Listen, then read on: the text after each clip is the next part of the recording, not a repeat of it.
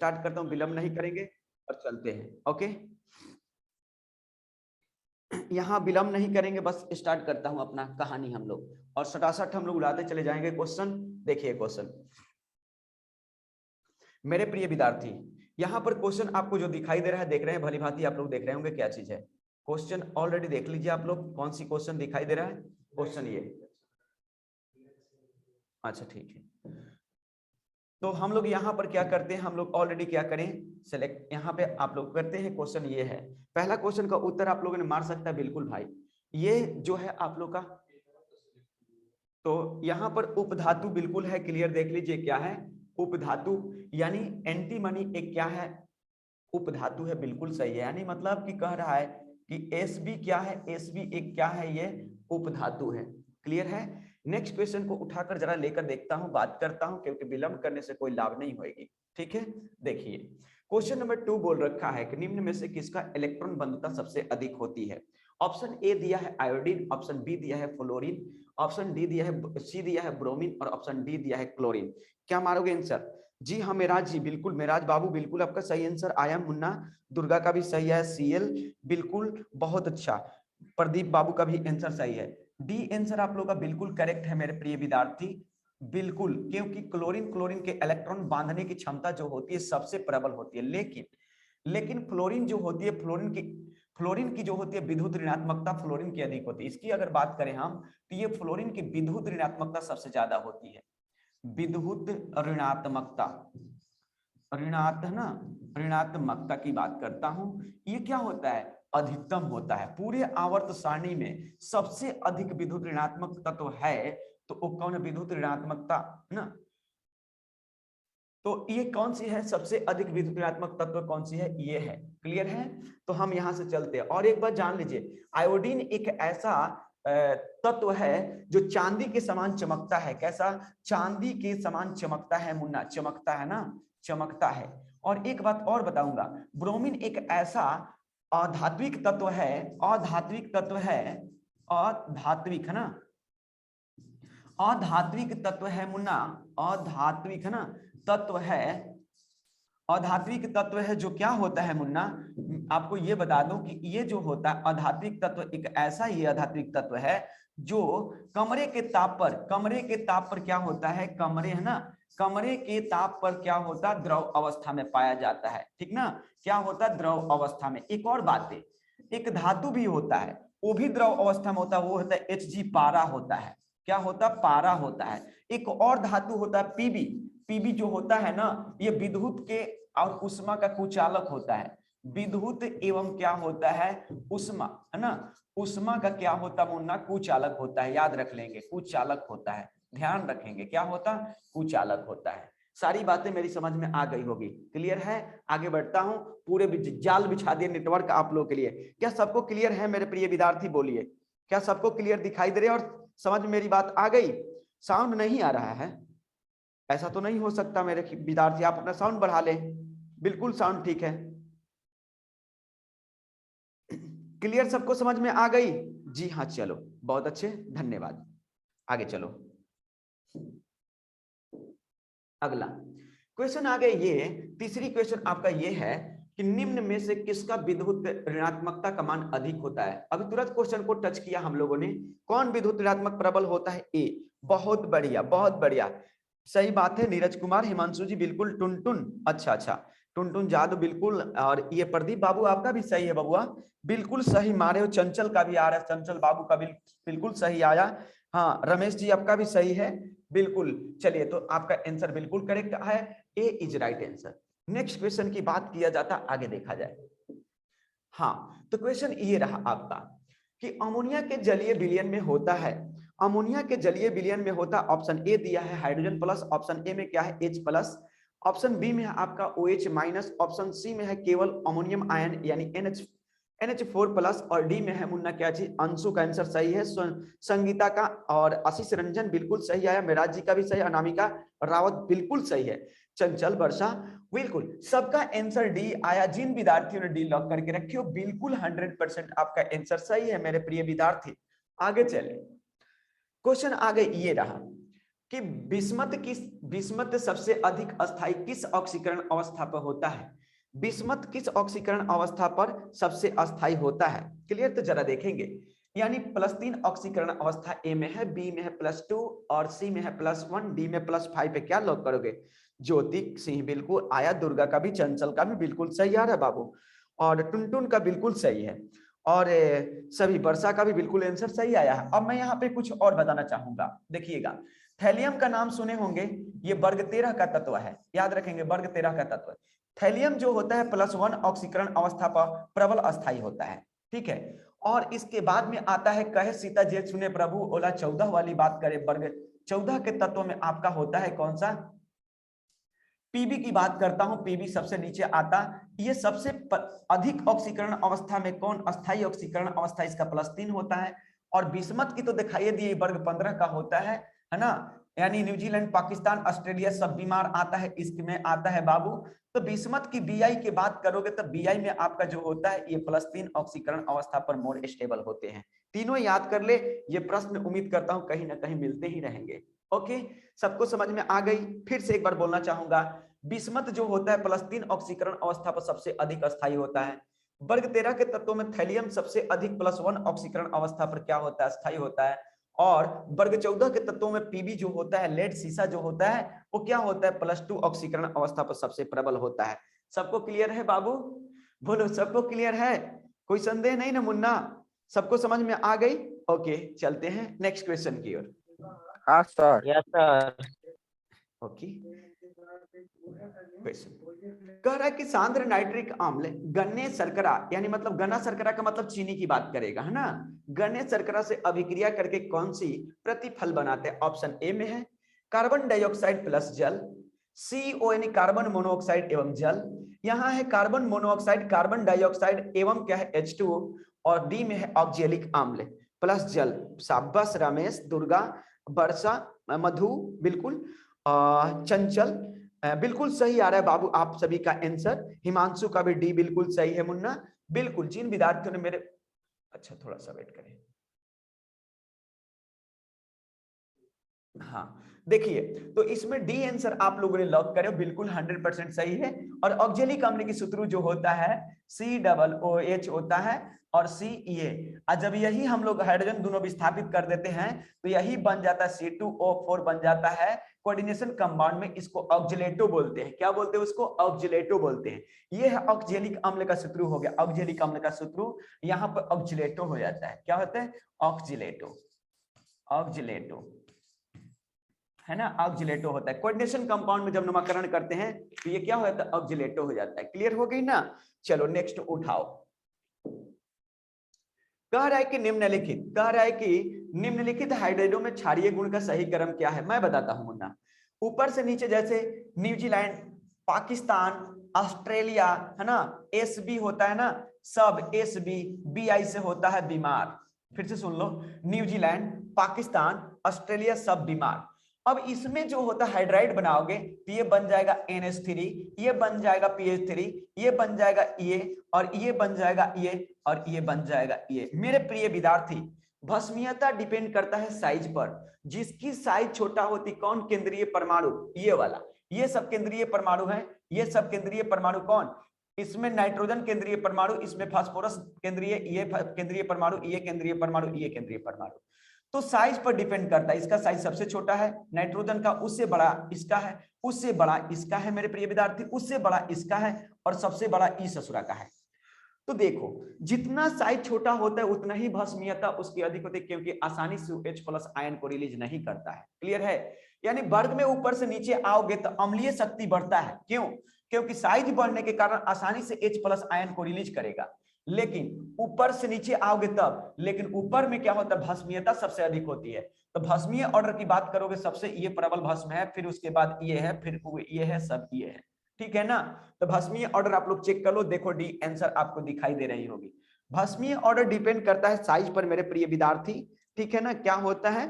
भस्मीय गुण जो होता है वो किस पर डिपेंड करता है? साइज पर। जिसकी साइज छोटा होता है वो प्रबल भस्म होता है, जिसका साइज बड़ा होगा वो प्रबल अम्ल होता है, यानी दुर्बल भस्म प्रबल अम्ल।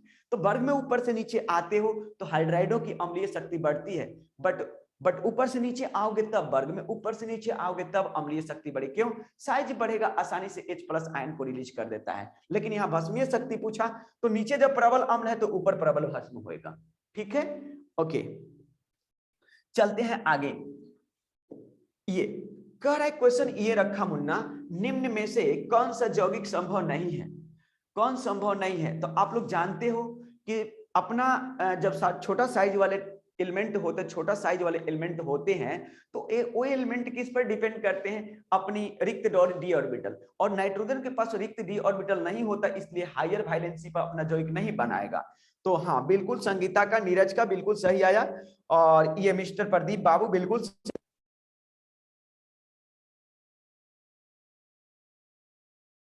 देखेंगे। तो ये मेरे विद्यार्थी, ये ध्यान रखना, ये चीजें क्या चीज, ये बात ध्यान में रहे, ठीक है ना? तो ये आप लोग घबराएंगे नहीं, है ना? हाँ देखिए, घबराएंगे नहीं। हाँ, प्रीति कुमारी बिल्कुल, प्रीति का भी सही आया। एक आंसर, क्यों? क्योंकि बताए थे ना कि नाइट्रोजन NCl3 का निर्माण करेगा बट NCl5 का निर्माण नहीं करेगा। क्या करेगा? NCl5 का निर्माण नहीं करेगा मेरे प्रिय विद्यार्थी, मैंने बताया था ना।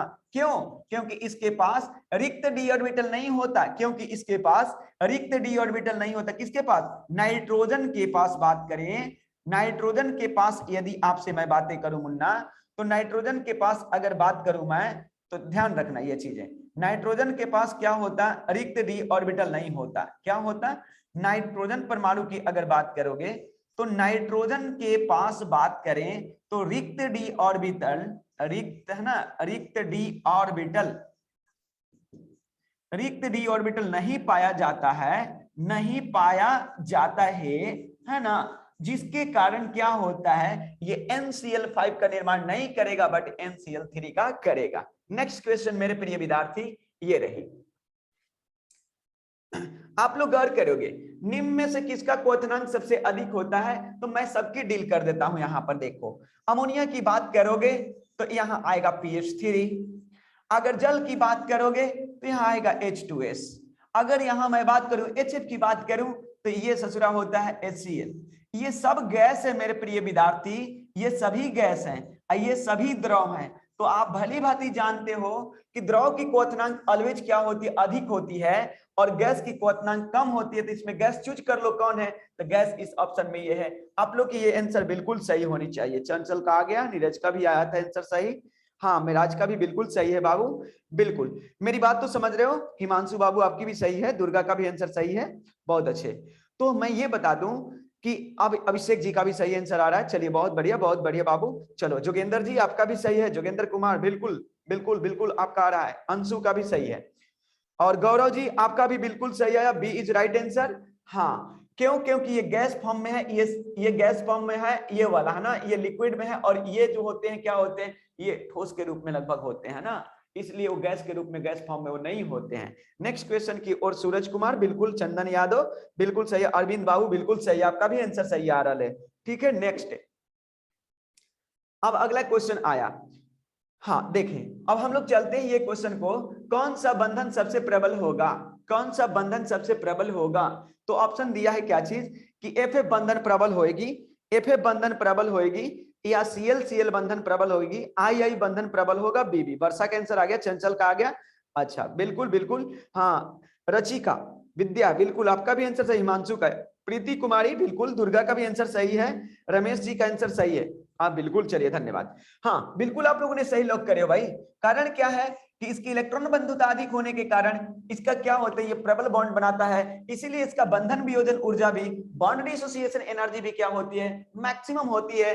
इसका बंधन वियोजन ऊर्जा का भी मान क्या होता है, बंधन वियोजन, बंधन वियोजन ऊर्जा का मान अगर बात करोगे, ऊर्जा का है ना, ऊर्जा के मान की बात करोगे तो इसका क्या होता है, बंधन वियोजन ऊर्जा का मान सबसे अधिक होता है। किसका भाई होता है, सबसे अधिक होता है। वो ससुरी कौन है, अधिक होता है, तो Cl बॉन्ड, जो कि 12वीं के एग्जाम में पूछा था ये क्वेश्चन। ओके, सबको मेरी बात समझ में आ गई होगी, रुद्रा अभिषेक बिल्कुल, चलिए सबको समझ मेरी बात आ रही होगी मेरे बंधु। चलो आगे चलता हूं, ध्यान रखेंगे आगे। अब को यहां से हम शुरुआत करता हूं, नोमेनक्लेचर की ओर चलते हैं, ठीक है, किसके ओर, नोमेनक्लेचर, और ये रहा चलिए अब मैं ले लेता हूं अपना, आप लोगों को यहाँ पर क्वेश्चन की यहाँ पर भरमार है और क्वेश्चन मैं करना प्रारंभ करता। मेरे प्रिय विद्यार्थी जरा मेरी बातों को समझेंगे और करते रहेंगे। ये एनसीईआरटी बुक के अभ्यास प्रश्न है मुन्ना, ये बीच में घिरा हुआ प्रश्न है, एनसीईआरटी का ही है, तो ये बात पहले, लेकिन यहाँ पे पहले गौर करेंगे। पहले मैं क्वेश्चन को ले लेता हूं, आपके सामने पेश कर लेता हूं, उसके बाद नोमेनक्लेचर बताना प्रारंभ करता हूं। पहला क्वेश्चन ये रहा आपका, देखिएगा पहला क्वेश्चन ये है CH3, कोई कलर दूसरा ले लो क्या,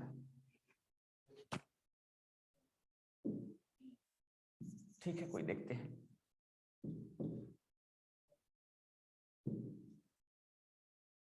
देखिएगा मेरे प्रिय विद्यार्थी जरा देखेंगे, CH3 फिर उसके बाद में है बॉन्ड CH। मेरे बंधु टाइप करवाने में प्रॉब्लम थी जिसके कारण मैंने टाइप नहीं कराया और ऐसे ही लिख कर पढ़ाता हूं, आपको समझने से मतलब है। आप ये मत देखना कि सर टाइप नहीं कराए हैं, टाइप से मैंने नहीं रखनी है। आप लोग को मेरे भैया समझ में आनी चाहिए कि हाँ सर ठीक पढ़ा रहे हो, हमें समझ में आ रहा है। क्वेश्चन ये रहा, मैं एक बात बोलना चाहूंगा, कम पढ़ो समझ कर पढ़ो, बिल्कुल समझ में मेरी बात आएगी। देखो मेरे प्रिय विद्यार्थी, सबसे पहले लंबे चेन को सिलेक्शन किया जाता है और लंबा चेन हम लोग का बन रहा है ये वाला। लंबा चेन कौन बन रहा है? ये वाला बन रहा है लंबा चेन। क्लियर है? इस लंबे चेन को सिलेक्शन करो, क्यों? क्योंकि बैंड चेन और स्ट्रेट चेन, माने बैंड माने टेढ़ा और सीधा, अगर दोनों बराबर हो तो हम लोग सीधा लेते हैं, ठीक है ना, सीधा चलना पसंद करते हैं हम लोग भी। अब नंबरिंग की बात करते हैं तो नंबरिंग देखो, इधर से करूं 1 2 3 4, 4 को है, इधर से भी 1 2 3 4, एगो यहाँ जुड़ल है ये, एगो यहाँ जुड़ल है। अगर हेने से करते हैं तो 1 2 नंबर 3 नंबर पर, इधर भी करते हैं तो 2 और 3 नंबर पे कर, मतलब क्या है कि दोनों किनारे से नंबरिंग करेंगे, कोई दिक्कत नहीं होगी। तो नंबरिंग ऐसा क्यों ना करते हैं कि हम इधर से ही नंबरिंग कर देता हूं, 1, इस कार्बन को दे दो 1, थोड़ा सा इसको ऐसे कर ले, देखो ध्यान रखना। तो अब हम लोग यहां से करते हैं, इसको फिर से देखना, जरा गौर करना, मैं इसको ऐसे कर लेता, देखो ध्यान से मेरे प्रिय विद्यार्थी। CH3 था, उसके बाद CH था, बॉन्ड CH3 था, फिर बॉन्ड CH3 था, फिर उसके बाद में क्या था? बॉन्ड CH था। नंबरिंग दोनों तरफ से कर सकते हो, कोई दिक्कत नहीं, 1 2 3 एंड 4। एक बात ध्यान रखनी होगी, जब कार्बन कार्बन के बीच में सिंगल बॉन्ड दिखाई देता तो उसका नाम अल्केन में लिखा जाता है, अल्केन में। बट ये बात, यहाँ जुड़ने वाले को हम क्या करेंगे? ऐसे कट मार देंगे, जुड़ने वाले को अलगा कर दिया जाए तो पहले इन्हीं का नाम लिखा जाएगा। तो कटने वाले को हम लोग बोलते हैं क्या? CH3 को हम लोग बोलते हैं मिथाइल, बोलते हैं मुन्ना, मिथाइल बोलते हैं। लेकिन मिथाइल कै गो आइल? एगो एगो दो गो आइल, कहां कहां? तो 2 नंबर पर, 3 नंबर पर। तो लिखेंगे 2,2 पोजीशन देके। नहीं कहते हो अपना गौवा में कि फलानवा के घरवा इतना के छोड़ के आगे में है, 2 गो 3 गो चौथा पांचवा है, तो वैसे ही इसमें दिया जाता है, नंबरिंग करके उसका पोजीशन दिया जाता है, फलानवा के घर हिया है, फलानवा के घर हिया है, ठीक ना। तो मिथाइल एगो कहाँ है? 2 नंबर पर एगो मिथाइल है, 3 नंबर पर, तो लिख दिया 2,3, है ना। कै गो हुआ? एक जाति का है तो 2 गो होगा, तो डाई लिख दिया, डाई। उसके बाद हो गया मिथाइल, उसके बाद मिथाइल। कितने कार्बन का मेरे प्रिय विद्यार्थी? 4। 4 के लिए क्या लिखोगे? ब्यूट आता है, और एल्केन है तो हम लोग लगा देंगे ब्यूटेन। तो अब इसको पढ़ेंगे, यहां लिखेंगे उत्तर क्या चीज, यहां में हम लोग लिख देता हूं answer 2,2 di methyl, 2,2 di methyl butane. क्या चीज? Butane, 2,2 di methyl butane. Clear है? बस, क्या बोलिए, क्लियर है मेरे प्रिय विद्यार्थी? Yes sir. क्लियर है सर। 2 नहीं होगा 3 होगा सर। मुन्ना अच्छा ये वीडियो रुक सर, लिखे तो नहीं है, बोल रहे हैं लिखने दीजिए सर। चलिए नेक्स्ट चलूं, नेक्स्ट क्वेश्चन की ओर बढ़े ना, ठीक है चलता हूं। दीपेश जी, कुमार दीपेश, चलिए बहुत अच्छा, आगे चलता हूं क्वेश्चन लेकर के, जरा गौर करेंगे। देखिएगा नेक्स्ट क्वेश्चन हम लोग लेकर चलते हैं और देखिए क्या होता है।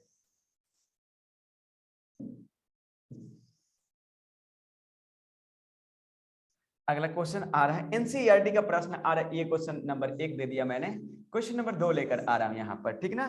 क्वेश्चन इस प्रकार से कुछ है, कुछ इस प्रकार से, जरा गौर करेंगे। CH3 है, ठीक ना, उसके बाद यहां से ऐसे है, फिर यहां से ऐसे है, यहां पर इस प्रकार से, कुछ इस प्रकार से क्वेश्चन है, ठीक ना। फिर यहां पर ऊपर है, यहां पर CH है, और फिर कुछ इस प्रकार से क्वेश्चन है, इस प्रकार से है ना।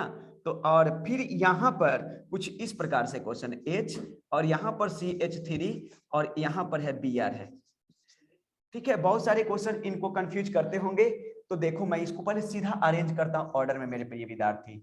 देखो यहाँ कार्बन है, इस बैंड पे कार्बन है, इस बैंड पे कार्बन है, यहाँ कार्बन है, यहाँ कार्बन है, ये कार्बन है। तो जरा गौर करना, एनसीईआरटी का डायरेक्टली प्रश्न ये है, जरा गौर करेंगे। मैं शिफ्ट कर रहा हूं इसको, कैसे, हाँ, इसको मैं लिख रहा हूं आप लोगों के लिए, हाँ, एकदम जैसे कि तोड़कर लिख रहा हूं, देखिएगा। ये CH3 को मैंने उतारा मेरे प्रिय विद्यार्थी। अब यहां कह रहा है कि इस कार्बन पे एगो H है, डबल बॉन्ड है, तो यहां पर मैंने C लिखा, देखिए गौर करेंगे। यहां पर कह रहा है कि कार्बन है, और इस कार्बन पर क्या है, H है, तो मैंने कार्बन दे दिया, उसके बाद मैंने H दे दिया। अब कह रहे डबल बॉन्ड है, तो मैंने भी डबल बॉन्ड लिख डाला। यहाँ डबल बॉन्ड है तो डबल बॉन्ड डाल दिया। फिर यहाँ पे करे एक कार्बन है और उसके बाद H है, एक कार्बन है और एक H है, फिर आगे बॉन्ड कह रहे कि बढ़ा लो, मैंने बॉन्ड बढ़ा दिया। फिर बॉन्ड बढ़ाने के बाद बोल रहा है कि यहाँ कार्बन है और उस कार्बन पे H है, CH3 है, Br, 3 गो चीज है। तो मैं यहाँ पर पहले ऐसे कर लेता हूं, यहाँ पर कार्बन लिखा, यहाँ पर H दे दिया, उसके बाद में यहाँ Br दे दिया, और नीचे में CH3 को लटका दिया, ठीक है ना, लटका दिया। सबसे बड़ी है कि लंबी कार्बन चेन का सिलेक्शन करना। सबसे बड़ी बात मेरे प्रिय विद्यार्थी है आप लोग के लिए, लॉन्गेस्ट कार्बन चेन का सिलेक्शन करना, ठीक है ना। तो लॉन्गेस्ट कार्बन चेन का सिलेक्शन मैं कर ही लेता हूं, जरा देख लें आप लोग। देखिए यहां से हम शुरुआत करूंगा, ऐसे ऐसे ऐसे, और ब्रोमीन को मैं छोड़ दिया, त्याग दिया उसको, क्योंकि वो कार्बन चेन नहीं है।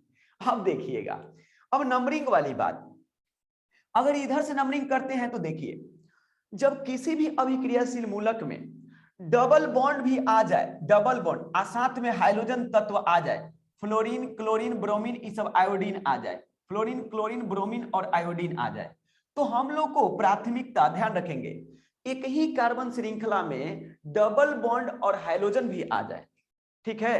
तो दोनों की पोजीशन देखा जाता है, दोनों की पोजीशन देखा जाता है, दोनों की बराबर सेम पोजीशन तो उधर नहीं, हम लोग को नंबरिंग उधर से होनी चाहिए जिधर से डबल बॉन्ड को जल्दी अंक मिले। हम लोग नंबरिंग इधर से और इधर से दोनों किनारे से देखिए, लेकिन यहां से नंबरिंग करेंगे 1 2, तो 2 नंबर पे ये डबल बॉन्ड मिल रहा है, क्यों, ये वाला बॉन्ड इसका है, ये वाला बॉन्ड इसका है, ये बॉन्ड इसका है, ये बॉन्ड इसका है। लेकिन हम इधर से करते हैं तो 1 2 3 नंबर पर डबल बॉन्ड मिल रही है, ये वाला बॉन्ड इसका है, ये बॉन्ड इसका है, ये बॉन्ड इसका है, इधर से 3 नंबर पे। तो जब हाइड्रोजन आ जाता है, जब हाइड्रोजन तत्व आ जाता है और डबल बॉन्ड दोनों आ जाता है, तो हम लोग नंबरिंग डबल बॉन्ड की ओर से प्राथमिकता लेते हैं। तो नंबरिंग किधर से करेंगे, इधर से करेंगे, 1 1 2 3 4 एंड 5 कार्बन एटम। कितना carbon atom, 5 carbon atom, clear है ना। अब लिखो भैया, देखो कितने नंबर पे आया, 4 नंबर पे कौन है, ब्रोमीन है। तो लिखेंगे क्या चीज, जरा गौर करेंगे आप लोग, आंसर देखिए यहां पर क्या मिल रहा है, देखो यहां लिखा जाएगा 1 2 3 4, तो 4 ब्रोमो BROMO, 4 ब्रोमो, कितने का कार्बन, 5 के लिए, तो PENT, पेंट। उसके बाद कितने नंबर पर डबल बॉन्ड, यहां देखिए ये वाला बॉन्ड इसका, ये वाला बॉन्ड इसका, तो 2 नंबर पर पेंट 2ENE। अब कहोगे 2ENE क्यों लिख रहे हैं सर, डबल बॉन्ड को ENE कहा जाता है, और दो कह रहा है कि हम 2 नंबर कार्बन एटम पे हैं। क्या सबको समझ में आया, क्या सबको समझ में आया मेरे प्रिय विद्यार्थी, बोलो मेरे भैया, क्या क्लियर सबको है, तो बोलो। यस सर, कोई दिक्कत तो नहीं रिपीट करो यार, एक बार और सर, एक बार और सर। अच्छा अच्छा, फिर से, यानी किसी भी कार्बनिक श्रृंखला में डबल बॉन्ड भी आ जाए और हाइड्रोजन भी आ जाए, तो नंबरिंग हम डबल बॉन्ड की ओर से करते हैं, हाइड्रोजन की ओर से नहीं करेंगे, जिधर से डबल बॉन्ड को जल्दी अंक मिले। क्लियर है, समझ में आ गई मेरी बात ना। तो इसीलिए नंबरिंग हम लोग इधर से ना करके नंबरिंग हम लोग इधर से किए, क्योंकि ई ससुरा 2 नंबर पे था, कौन, ये डबल बॉन्ड वाला 2 नंबर पे था।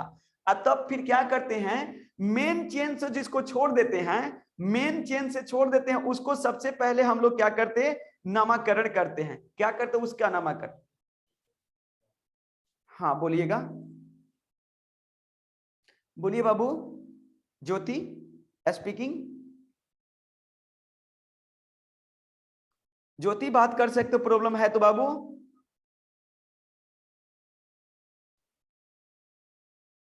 हेलो हाँ सर। बोलिए। नो प्रॉब्लम सर, एक बार थोड़ा सा रिपीट कर दीजिए। अच्छा ठीक है बाबू। देखो बाबू, मैंने ये बोला आपसे कि डबल बॉन्ड और हाइड्रोजन तत्व एक ही श्रृंखला में आ जाए तो पहले लंबी कार्बन श्रृंखला का सिलेक्शन करने के बाद नंबरिंग उधर से होगी जिधर से डबल बॉन्ड को कम से कम अंक मिले। हम इधर से नंबरिंग कर रहे थे तो 1 2 3 नंबर पर डबल बॉन्ड आया करता था, बट इधर से मैंने नंबरिंग करा तो डबल बॉन्ड कितने नंबर पे आया मेरे प्रिय विद्यार्थी, 2 नंबर पर, इसलिए प्राथमिकता इधर से हो गई। लेकिन जब आईयूपीएसी नाम को लिखेंगे हम लोग तो आईयूपीएसी में एक ही बात विचार करनी होगी कि सबसे पहले छूटे हुए वाला का नाम पोजीशन देते हुए लिखा जाता है। जैसे ही 4 नंबर पर आया है तो इसलिए 4 ब्रोमो लिखा, तब कितने का कार्बन देखा तो मैंने 2 नंबर को मैंने कर दिया, यानी 2।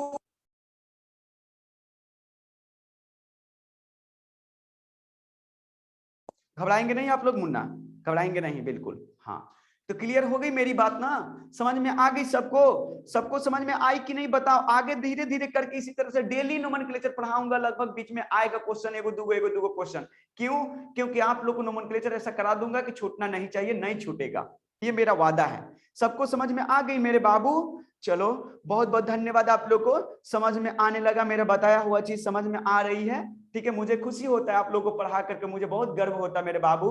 ठीक है, और आप लोग बिल्कुल इसी तरह से मेहनत करते रहो, हम आप लोगों के साथ हैं। और एक बहुत बड़ी खुशखबरी बता रहा हूं आप लोग के लिए कि बेंजीन रिंग कंपाउंड की बात करें तो एरोमेटिक कंपाउंड को यूट्यूब से ही पढ़ाऊंगा, यूट्यूब से ही पढ़ाऊंगा। एरोमेटिक कंपाउंड 0 लेवल से एकदम कन्वर्जन के साथ बात करेंगे।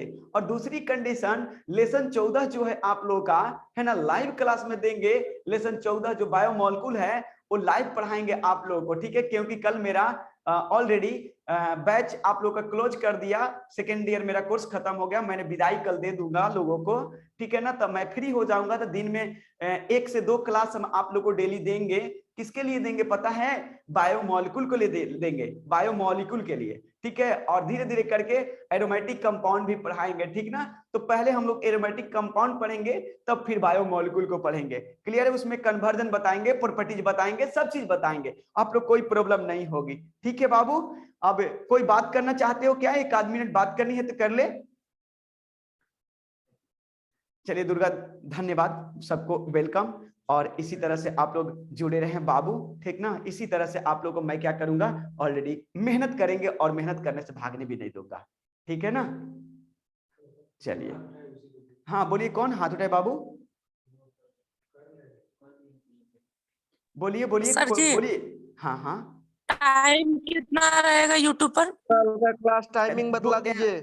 हाँ हाँ बता देता हूँ, मेरे छोड़ देंगे मैसेज, वीडियो बनाकर छोड़ दूंगा ना, घबराए ना आप लोग। 1 से 2 दूंगा टाइम, लेकिन 24 तारीख से। ठीक है ना? अभिषेक जी चलिए, बहुत बहुत धन्यवाद बाबू। चलिए अनुसार, हाँ बाबू। सर कल क्लास है ना सर? हाँ कल डेली चलेगा हो। अच्छा स्क्रीनशॉट लेना है, ले लीजिए बाबू, हट जाता हूँ। ओके ओके, ले लिए होंगे मेरे ख्याल से। हाँ दीपेश बाबू, बिल्कुल आपको टाइम दे रहा हूँ, फ्री हो गए मेरे भैया, मैं फ्री हो गया, टाइम आप लोग को भरपूर दूंगा। घबराए ना आप लोग, जब कहो तब चालू हो जाएंगे। सर नीरज बोलिए। क्लास टाइमिंग कल टाइमिंग अपने बैच में ही, हाँ अपने बैच टाइम में आइएगा। कल विदाई दे रहे हैं ना, तब नहीं नहीं 6 बजे वाला बंद है। हम मैसेज छोड़ देता हूँ, ठीक ना, 7 से 8, 8 से 9, 9 से 10 और 10 से 11 में ओनली गर्ल्स अपनी आएगी, क्योंकि आप लोग तो भली बात ही जानते हैं कि गर्ल्स मेरे सेपरेट है यहाँ पर। चलिए ठीक है मुन्ना, चलिए तो अच्छा सुमित गुप्ता, चलिए धन्यवाद। चलिए तब तो हम चलते हैं आज के लिए, कल फिर हम आप लोगों से मिलते हैं और इसी टाइम पर ये चलता रहेगा। तब तक के लिए धन्यवाद मुन्ना, जय हिंद, गुड नाइट।